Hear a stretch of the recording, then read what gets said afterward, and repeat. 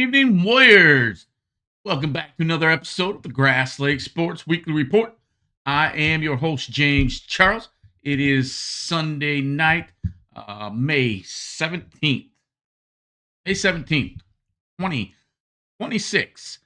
It's been a busy and exciting week in Warrior Nation, and I hope that I'm going to cover everything that's been going on that I know of, that I'm aware of, for you on this episode tonight. It's been an exhausting week for me.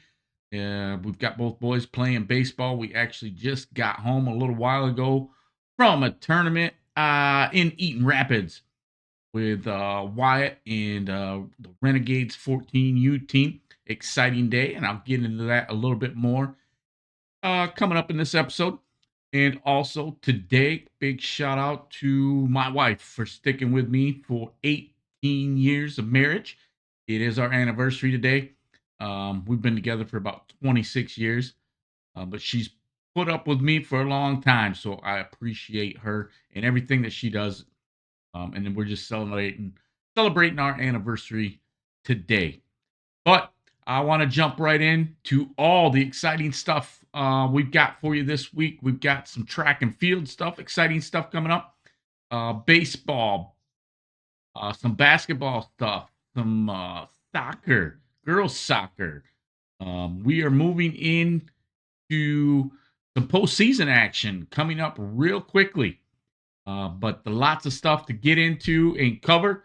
So without further ado, here we go. Let's kick things off with some Grass Lake Warrior track and field news. Last Monday, our middle schoolers were out at Leslie for the Black Hawk Invitational, their last regular season competition of the year.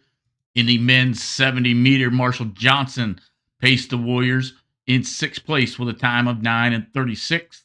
In the men's 100-meter, Marshall Johnson also paced the Warriors in eighth place with a time of 12:88, followed closely behind by teammate Dylan Downs with a personal best 13 flat. In the men's 200-meter, Marshall Johnson finished in sixth place with a time of 26:84.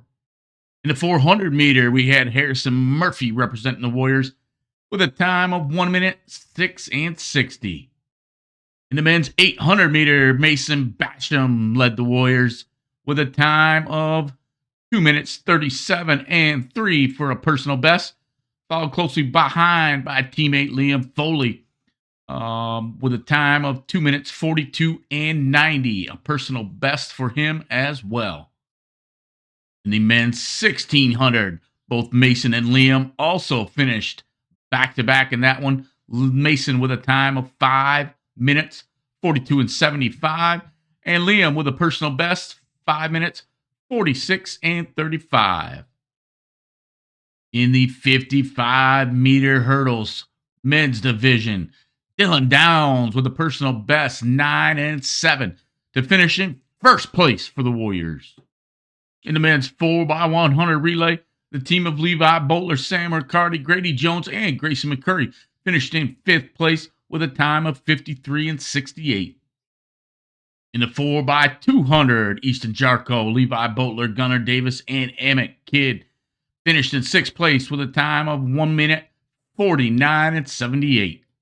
In the men's 4x400, the Warriors finished in seventh place. Harrison Murphy, Nate Eros, Liam Foley, and Emmett Kidd with a time of 4 minutes 40:30.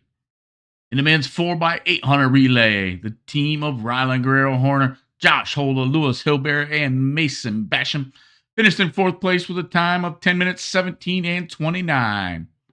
In the men's shot put, Grady Jones led the Warriors, finishing with a distance of 34 feet 1 inch.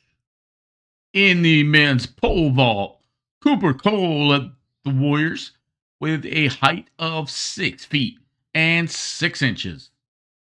And in the men's long jump, Ronan Otto finished with a distance of 14 feet 7 inches, a personal best for him, finishing in fifth place. In the women's 70-meter, Sage Alford paced the Warriors, finishing fourth place with a season best time of 10 and 30, followed closely behind by Jasmine Snyder with a personal best 10 and 49. In the women's 100 meter, Jasmine Snyder with a personal best 14 and 58, finishing in 14th place. In the women's 200 meters, Sage Alford finished with a time of 31 and 11, a personal best for her this year, finishing in 11th place. In the women's 400 meter, sixth grader Audrey Elsis finished with a time of 1 minute 15 and 38, a personal best for her. In the women's 1600, seventh grader Evelyn Hinkle with a time of 7 minutes 30 and 84, personal best for her. In the women's 55 meter hurdle, Avery Bomer with a time of 10 minutes and 1 to finish in first place for the Warriors, followed closely behind by teammate Brianna Klusner with a time of 10 and 65. In the women's 200 meter, Avery finished in third place with a time of 35 seconds flat. In the 4x100 relay, the team of Lexi Elsis, Carly Lewis, Chloe Hurst, and Erica Larson finished in fourth place with a time of 58 and 94.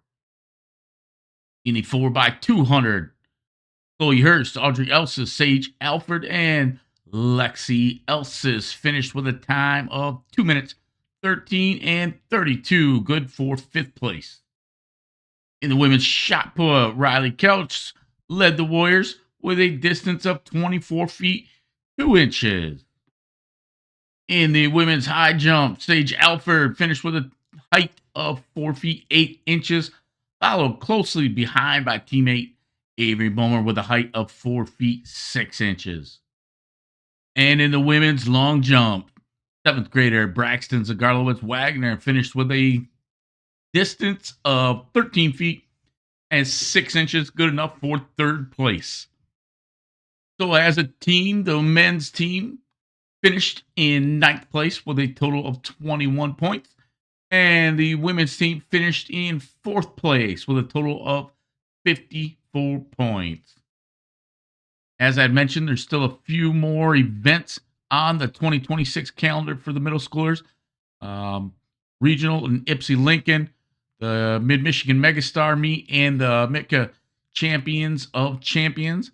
I'm not sure if we've got athletes competing in this, but if you know of any that are, please let me know. Shoot me an email at glsportsweeklyreport@gmail.com. But I will keep my eye on this, on these last few events to see if we've got some Warriors competing.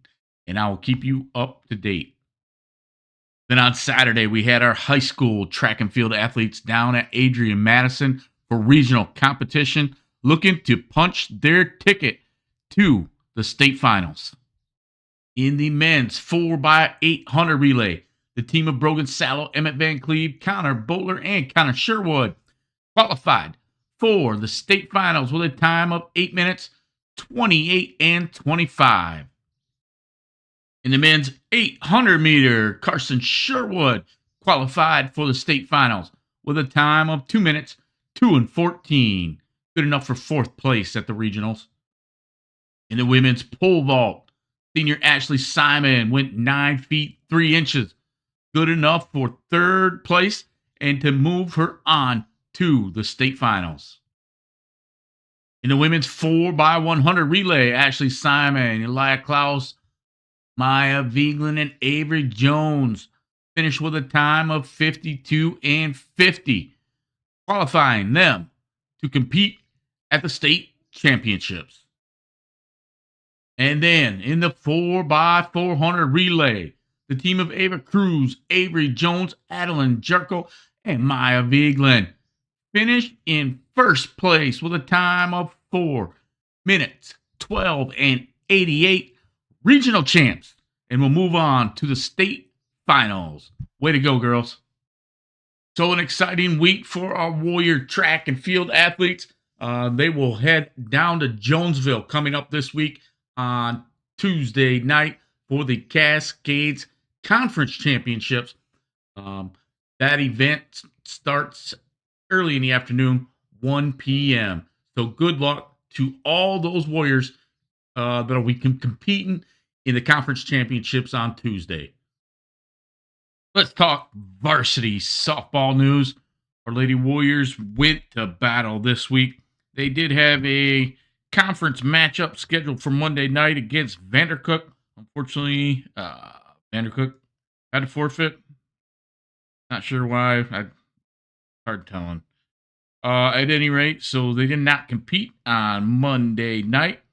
But then come Wednesday, big night for our seniors. The Warriors would take on Springport at home, celebrating those seniors, Layla Smith, Mo Conrad, and Adeline Henson. In the first game of that doubleheader, the Warriors won a close one, 5-3, as Mo Conrad was dominant from the circle, striking out 11. In between game 1 and game 2 of that doubleheader, our seniors were celebrated as they should be. The Warriors went on to win the second game of that doubleheader 10-5, led by Mackenzie Hilbear with 5 RBIs and Kennedy Collins with 3. Then on Friday, the Warriors would take on the Blackhawks of Leslie in a conference doubleheader at home. The Warriors would win the first game of that doubleheader 13-0, a shutout victory. Again, Mackenzie Hilbear with a triple and 3 RBIs. Lily McVicker with 2 RBIs. Chloe Holyfield with 2 RBIs. And Taylor Dick with 3 hits to fuel that varsity Warriors offense. Then in the second game of that doubleheader, the Warriors would take that one as well, winning 11-4 as Mo Conrad struck out 10 batters that evening and earned her 500th career strikeout. What an accomplishment for that young Warrior right there. So currently, the Michigan High School Softball Coaches Association has the Lady Warriors ranked 4th in Division III, sitting right behind Brooklyn, Columbia Central. The girls have plenty of action coming up this week as Monday, they will travel to Lumen Christi to take on the Titans. But then we've got the big one on Wednesday as they travel out to Columbia Central to take on the undefeated Columbia Central Golden Eagles. This is a big one, folks. If you've got time on your calendar, pencil this one in right here. Doubleheader at Columbia Central on Wednesday. The girls, I'm sure, want both these games, so they're coming to play, and they could appreciate the support out there in Columbia Central. So, following that game on Thursday, they will head out to Jackson College to take on Napoleon. Good luck to those Lady Warriors competing this coming week. We're all pulling for you. I have got a ton of Warrior baseball celebrations for you this week. We'll get things kicked off at the varsity level as the boys took on Vandercook in a doubleheader at home on Monday night. In the first game of that doubleheader, Luke Guthrie, Manny Shaffron, and Ethan Brown combined for a no-hit shutout, leading the Warriors to victory 15-0. Cam Prater with 3 RBIs and Braden Wayne also with 3 RBIs. Gavin Killinger with 3 hits. Manny Shaffron with a double. Colin Knight with 2 doubles. And Cam Prater with a double as well. In the second game of that doubleheader, Cam Prater again with 3 RBIs. Colin Knight with 2 RBIs. DJ Paul with 2 RBIs. And Domingo DaCosta Elizondo with a home run and 2 RBIs. Colin Knight, DJ Paul, both with doubles. Cam Prater with 2 doubles.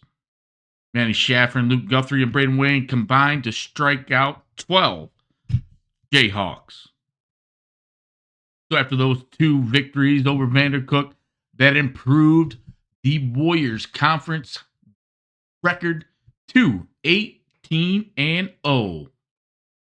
Then on Thursday night, they would take on the Lumen Christi Titans in a great non-conference battle. It was a back and forth game, and the Warriors were in the lead going into the 7th inning.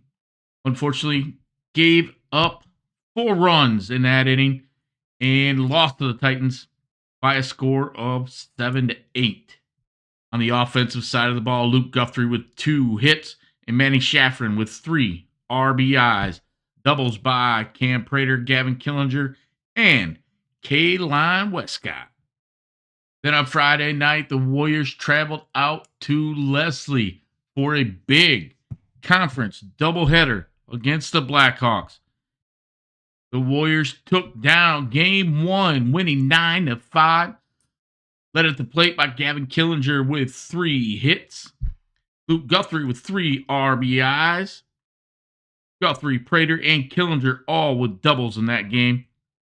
Colin Knight and Noah Orban combined to strike out 9 Blackhawks and give up only 1 earned run. In the second game of that doubleheader, it came down to the wire as the Warriors grabbed the victory in walk-off fashion, 8-7 over Leslie. The game was tied at 7 in the bottom of the 7th when Chase Laughlin drew a walk, scoring the running run. Manny Shaffrin had 3 hits on the day, and Chase Laughlin with 3 RBIs. Colin Knight and Chase both with doubles in that game. So the Warriors celebrate another victory as the sun sets in Leslie, and they improve their conference record to 20-0. Coming up this week, another big one out at Columbia on Wednesday. Remember, folks, boys varsity baseball and girls varsity softball both will be out at Columbia Central. If you remember last year, we were in the same position, but it was in Grass Lake. So here we are again. These boys are excited for this game. They've been gearing up. They have a couple days to practice and rest, get fueled up for that big doubleheader at Columbia Central, and then they'll come back home on Thursday night for senior night against Concord. So, as I mentioned before, if you've got room on your calendar, Wednesday night out at Columbia Central, big time game for big time players. Our JV boys had a couple competitions this week. On Tuesday night, they had a doubleheader with the Lumen Christi Titans. And the first game of that doubleheader was a 7-7 draw. Wesley Rule with 2 doubles and 2 RBIs in that game. Evan Matthews also with 2 hits. Brady Westcott with a double. And Grady Cromery with a triple. Then in the second game of that doubleheader, the Titans and Warriors were tied 7-7 going into the bottom of the last inning. And the Warriors put up 4 runs. Luke Blaze with 2 hits, 2 RBIs. Grady Cromery, 2 hits, 2 RBIs. Wesley Rule, 2 hits, 3 RBIs. Evan Matthews with 2 hits. Isaac Peterson with 2 hits. Blaze, Westcott, and Rule all with doubles in that game. Brady Westcott, Luke Blaze, and Will Cooper combined to strike out 6 Lumen Christi Titans. Then on Wednesday, they traveled to Tecumseh for a single non-conference game. Unfortunately, the Warriors could not find their rhythm in that one against a very solid Tecumseh team, losing 11-0. Then on Friday night, they would travel to Chelsea for another single non-conference game. Take down the Bulldogs, 14-13. 2 big-time home runs from Evan Matthews and a grand slam from Grady Cromery. Roman Caldwell also with 2 hits. Luke Blaze with 2 hits. And Brady Westcott earned the win on the mound for the Warriors. So this is the JV's last week of action. They will be at home against Ida on Monday night and then wrap things up for the doubleheader at home on Wednesday against the Columbia Central Golden Eagles. JV boys, the current record sits at 13 wins, 6 losses, and 1 tie. And they will be looking to put a few more wins in that win column before the season is over. So good luck, boys. In 14U action, Wyatt Charles, Mason Basham, Cash Dillon, Joe Presnell, Grady Jones, Andrew Presnell, and Easton Jarko. And their Great Lakes Renegades team traveled out to Eaton Rapids this weekend for a tournament. On Saturday, they played 2 very good teams. Started out against the Village Black 14U team out of Quincy, winning that first game 8-5. Mason Basham led the Renegades at the plate with 2 hits, 2 RBIs. Wyatt and Grady both pitched in relief, giving up no earned runs. In game 2, they would battle against the McBain MS Regional team and coming up winning 8-7. Joe Presnell and Mason Basham both with doubles for the Renegades. Joe and Easton Jarko combined for 7 strikeouts on the bump for the Renegades. After winning those 2 games on Saturday, that would earn them the number 1 seed in the tournament for bracket play on Sunday, where they would take on Okemos 14U. They would battle Okemos to a 6-5 win, as the Renegades scored 6 in the last 2 innings. Joe Presnell and Andrew Presnell each with a hit for the Warriors. Wyatt Charles with a double. Cash Dillon and Joe Presnell each with an RBI. Grady Jones and Joe Presnell gave up only 2 earned runs while striking out 6 for the Renegades. That would put them into the championship game against the Sluggers 14U. And the Renegades led that game from start to finish, winning 11-8 in that championship game. Easton Jarko and Wyatt Charles both with 2 hits. Wyatt Charles and Andrew Presnell both with doubles. Joe, Andrew, Cash, Wyatt all with RBIs. Wyatt Charles and Grady Jones both pitched, giving up no earned runs for the Renegades. So with that 11-8 win, the boys bring home a championship on a hot weekend. It was an awesome experience to be involved with. Just love watching them boys compete. Our Grass Lake Warriors represented themselves well. Like I said, Joe, Andrew Presnell, Grady Jones, Easton Jarko, Wyatt Charles, Mason Basham, and Cash Dillon all contributed 2 wins this weekend. Really happy for these boys and wishing them continued success throughout the rest of their summer season. Way to go, boys. In 12U action, Ryan Sherwood, Riker Waldo, Andrew Carper, Asher Rule, Carson Sherwood, Lucas Rischel, and Boyer Lape and Miles Cagney traveled down to Ohio for some competition this weekend. On Saturday in pool play, they put up 18 runs in their first game, beating Ida Blue Streaks 18-2 in 3 innings. Then in game 2 of pool play against Midwest Monsters, the 12U team was in a battle and ended up winning 6-0 as they scored 5 runs in the last inning. Miles Cagney with 3 hits in that game to help the Warpath team to a 6-0 victory. Then on Sunday, they would start bracket play against Warrior Elite, coming up with a win, shutting them out 10-0. And Boyer Lape with a big fly home run. Way to go, Boyer. Then in the championship game, the boys went into the 5th inning, tied 6-6, and they had put up 2 runs to take the lead 8-6, and then shut down the Midwest Monsters in the final inning and win that championship 8-6. Miles Cagney with a big game at the plate. 3 hits, 4 RBIs.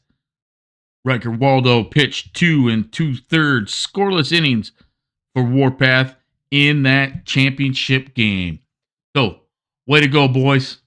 Paul Murphy and Brennan Blakely and their Warpath 12U team also traveled to that Mitten State Showdown out in Eaton Rapids to compete this last weekend. They won their first game in pool play against Junior Growlers 12U by a score of 12-4. Paul with 2 hits and 3 RBIs, and Brennan with an RBI as well. In the second game of pool play, they took on the Mitten State Diamond Donkeys and beat them 12-2. Paul with another good day at the plate with a hit and 2 RBIs, and Brennan with a hit as well. So then on Sunday, they would move to bracket play and take on that same Junior Growlers team again, winning 9-3. Paul Murphy again with a hit and 3 RBIs, and Brennan with a hit as well. That would put them in the championship game against the South Lyon Thunder. Unfortunately, the boys' bats went cold and were only able to collect 2 hits in the championship game and came up short against the Thunder, losing 14-3. But great weekend for them boys, winning 3 games, making it to the championship, coming up in second place. Nice job. Also in 12U action, our Grass Lake Summer Youth League team, team that I coach, had 2 competitions this week, and they started out on Monday night against the Michigan Center Cardinals on the road. Came up victorious, 17-9. Charlie Hamp with 2 hits and an RBI, and Bryce Warren with 2 hits and 2 RBIs. Charlie Hamp with a double, Jackson Fry with a double, and Wesley Charles with a big time over the fence dinger, his first career over the fence home run. Then on Wednesday night, the Warriors would travel out to Columbia Central, and even though they jumped out to a big time early lead, came up short on the scoreboard, losing to the Golden Eagles 15-14. Ryan Oldry with 2 hits and an RBI. Charlie Hamp with 2 hits and an RBI. Bryce Warren with 2 hits, 2 RBIs. While Wesley Charles, Ryan Oldry, Jackson Fry, all with doubles, and Charlie Hamp with a triple. Coming up this week for them boys, they will be at home on Monday against Western, and then again at home on Wednesday night against Chelsea, and then on the road Thursday for a scrimmage with the Warpath 11U team. And speaking of the Warpath 11U team, Easton Cole, Logan Paul, and Riker Coker took home first place in their tournament this weekend. They started out Saturday against West Michigan Premier, winning that one 21-3. Easton and Riker both with hits, and Logan and Riker with RBIs. Then in game 2 of pool play against East Coast Michigan, Warpath would win that one by a score of 14-5. Fueled in large by 6 RBIs from Easton Cole with 2 big-time home runs over the fence. Way to go, dude. Then on Sunday, they would move into bracket play, win their first game by a score of 13-3. Logan with a hit and an RBI. Easton with 2 hits and an RBI. Riker with a hit and an RBI. Then in the championship game, they would take on the West Oakland Wings, and the bats were on fire as Logan had 2 hits and an RBI. Easton with 4 hits, 4 RBIs, and the Warpath 11U team would win 25-10. So congratulations, Logan, Riker, Easton, and your Warpath team. In Warriors soccer news last week, we celebrated the Lady Warriors senior class. backing Gutowski, Hansen, Hope, and Million last Monday night out at Stoker Field against Hanover Horton. And on senior night, the Warriors came away victorious with a 3-0 shutout over Hanover Horton. Adam Kidd scored a successful drive in the first minute of the second half. Taylor Hope scored shortly after off an assist from Maddie McDaniel. Chloe Lesnick shot a final goal off an assist from Lauren Doser. So, a big thank you and congratulations to those 5 senior ladies as they win their final home game of their Warrior career. Great job, ladies. Way to lead the way. And here's some highlights from that win at home over Hanover.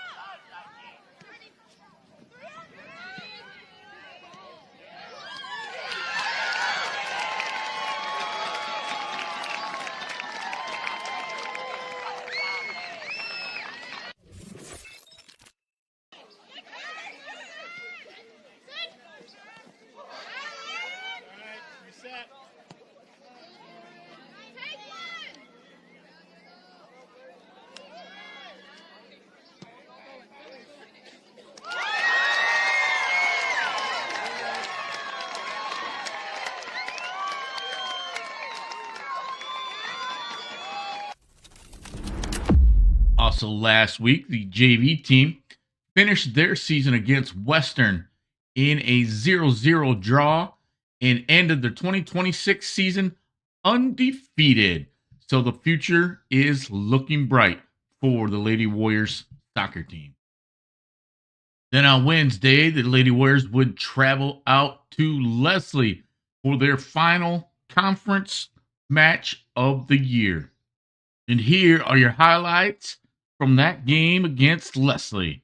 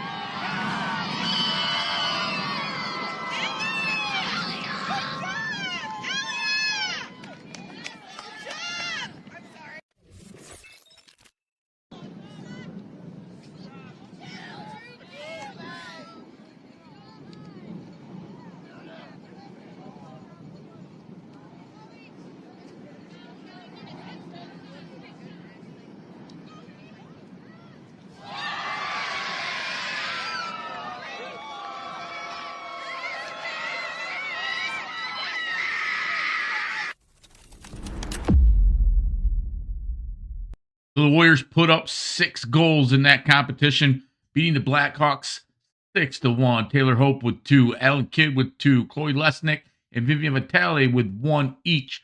Also, Vivian Vitale, Adam Kidd, Leah Hansen, Maddie McDaniel, and Elia Klaus, all with assists in that match.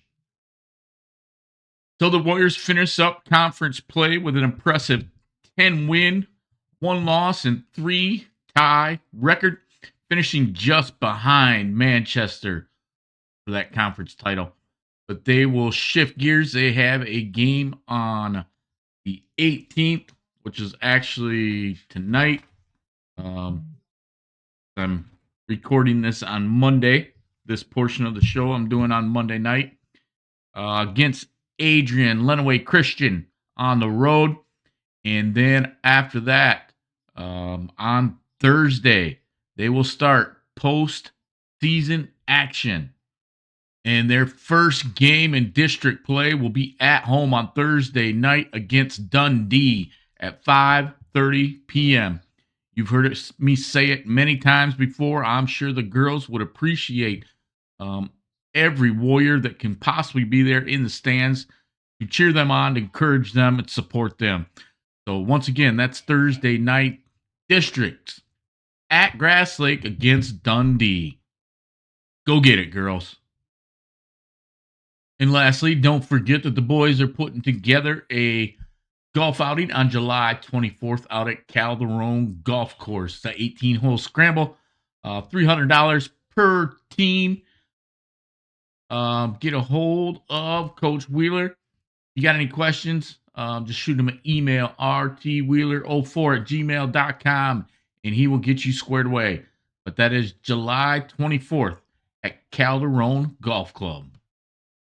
In Warrior Golf news, our varsity men's team competed in the Onstead Invitational out at Devil's Lake on Tuesday and finished in the middle of the pack with a score of .357 for the team. Zach Rice led the Warriors with an overall 18-hole score of 79, shooting in a phenomenal 34 on the front 9. Looks to be the best score of the day out there on the front 9. Jackson Zebo finished in 25th place with a score of 90, shooting a 44 and a 46. Jake Richardson with a 46 and a 48 for a score of 94. Tied with teammate Bennett Jones with a 45 and 49 for a 94 as well. Owen Gogol shot a 97 overall, 46 on the front, 51 on the back. Then on Wednesday, they were at the Cascades Conference Jamboree out at Clark Lake Golf Course, finished in 6th place with an overall team score of 194. Zach Rice finished in 3rd place with a 41. Owen Gogol with a 47. Jackson Zebo with a 53, tied with teammate Jake Richardson with a 53, and Bennett Jones with a 53. And close behind, sophomore Dexter Kukowski with a 55. So current scoring averages in the Cascades Conference, Zach Rice sits at 5th place with a 42 average.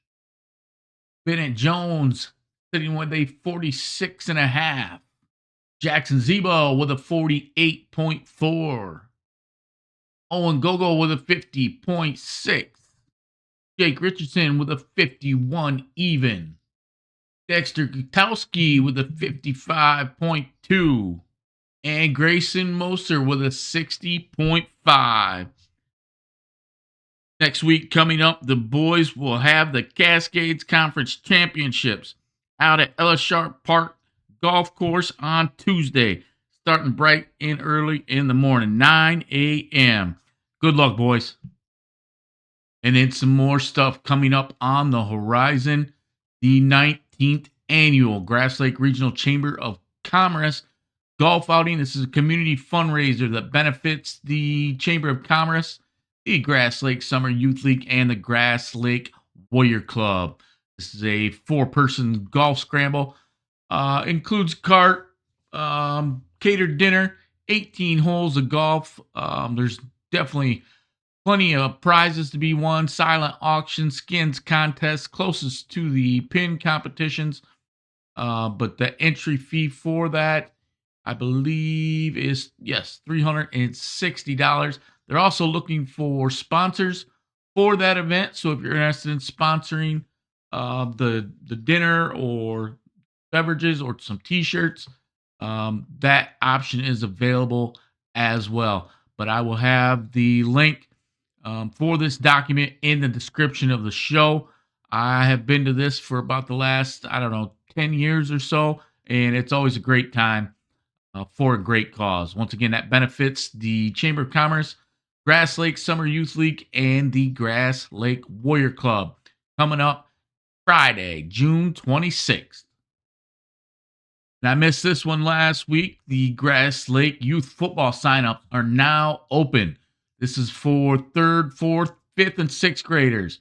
Third and fourth grade co-ed flag football. Fifth and sixth grade tackle football. In that there is an early bird pricing until the end of school for $125. So you've got about 3 weeks to get signed up for that. And also new this year, fourth, fifth, and sixth grade combined girls flag football.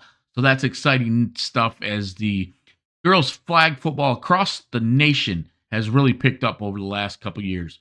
But sign up is open right now until the end of July. Flag football $50. Tackle football will be $150 after school is out. So if you want to save $25, jump on there and get signed up. Right here, QR code. You can scan this. It works. I tried it. If you don't want to scan it, that's fine. I will have the registration link for you in the description. This is a program that both my boys went through, and it is a great opportunity for our young warriors. So once again, that registration is open, ready to get those kids signed up and playing some football. Okay, Warrior Nation, that's going to do it for this week's episode of the Grass Lake Sports Weekly Report. I hope you've enjoyed it as much as I've enjoyed making it for you. I just love catching up on what's going on and then putting it out there for you guys, putting it all in one place. Be sure to check out last week's episodes. I put a bunch of information on last week's episode about things that are coming up on the horizon for summer programs, some camps, some different events, some registrations, just things going on, some powerlifting schedule. A lot of stuff on that last week's episode that I didn't include in this one, just because I'm running out of time. I've worked on this one for about 3 days straight now, Saturday night, Sunday night, and here I am Monday night trying to get it all wrapped up for you. And put as much stuff in there, but I only have a certain amount of hours in the day, so we've got to cut it out. What you got is what you get. And so until next time, make sure you're subscribing to the channel, okay, so you never miss a thing. Make sure you share it with your friends, okay? And last but not least, make sure you sending me your highlights, send me your schedules, sending me your scores. GL Sports Weekly Report at gmail.com, and I will be sure to get them on the show for you. So until next time, God bless our kids, God bless our community, and go Warriors.